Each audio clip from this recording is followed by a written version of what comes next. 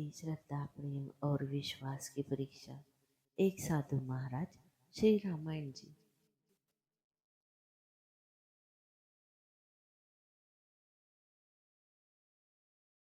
उनकी कथा सुनकर लोग आनंद विभोर हो जाते थे। साधु महाराज का एक नियम था।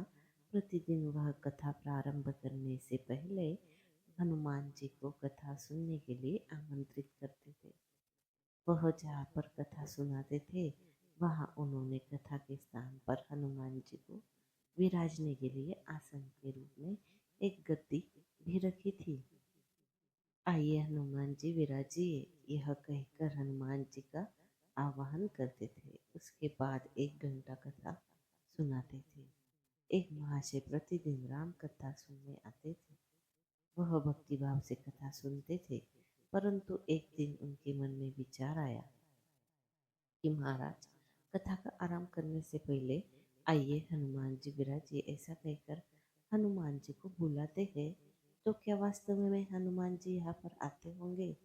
एक दिन उन्होंने साधु महाराज से पूछ ली, महाराज, आप रामायण की कथा बहुत अच्छी सुनाते हैं, हमें बड़ा आनंद मिलता है, परंतु आप जो गद्दी प्रतिदिन हनुमान जी को देते हैं उस पर क्या हनुमान जी वास्तव में विराजमान होते हैं?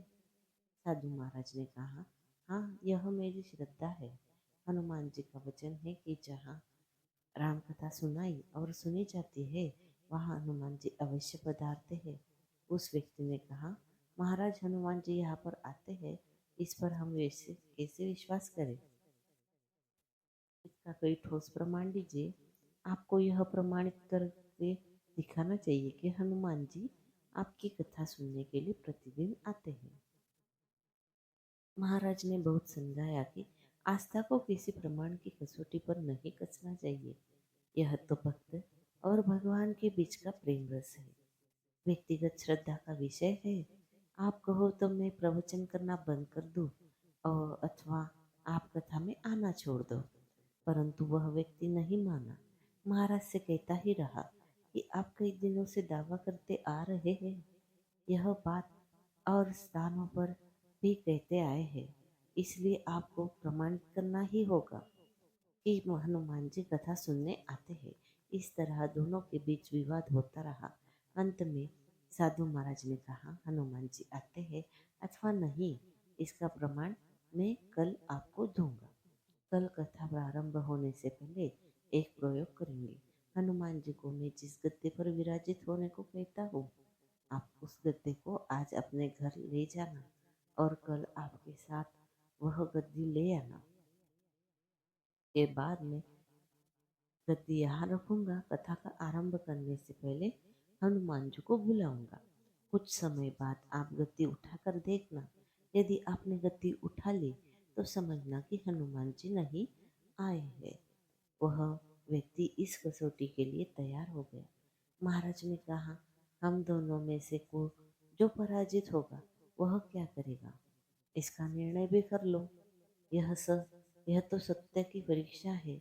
उस व्यक्ति ने कहा, मैं गद्दी नहीं उठा पाया तो आपसे दीक्षा लूंगा, परंतु आप पराजित हो गए तो क्या करोगे? साधु ने कहा, मैं कथा वाचन छोड़कर आपका सेवक बन जाऊंगा। अगले दिन कथा सुनने के लिए बहुत भीड़ एकत्रित हो गई। सारे लोग भक्ति, श्रद्धा, प्रेम और विश्वास की परीक्षा देखने आ पहुंचे। साधु महाराज और व्यक्ति कथा के स्थान पर आ गए। उस व्यक्ति ने गद्दी महाराज के हाथ में दी। प्रतिदिन हनुमान जी को विराजित होने के लिए जहाँ गद्दी रखते थे उस स्थान पर रखी गई। महात्मा जी ने आर्तता से मंगल चरण किया और बोले, आइए हनुमान जी विराजिए। ऐसा बोलते ही साधु महाराज की आंखों में आंसू आ गए। मन ही मन बोले, हे प्रभु, आज मेरी नहीं आपकी ही परीक्षा है। मैं तो एक साधारण सा व्यक्ति हूँ, मेरी भक्ति और आस्था की लाज रखना प्रभु। साधु महाराज ने प्रार्थना की और उस व्यक्ति को गद्दी उठाने के लिए निमंत्रण दिया। सभी की आंखें गद्दी पर जम गई। साधु महाराज बोले, महाशय, आप गद्दी उठाइए। उस व्यक्ति ने गद्दी उठाने के लिए हाथ बढ़ाया, परंतु आश्चर्य की बात यह थी कि वह गद्दी को स्पर्श भी नहीं कर पा रहा था।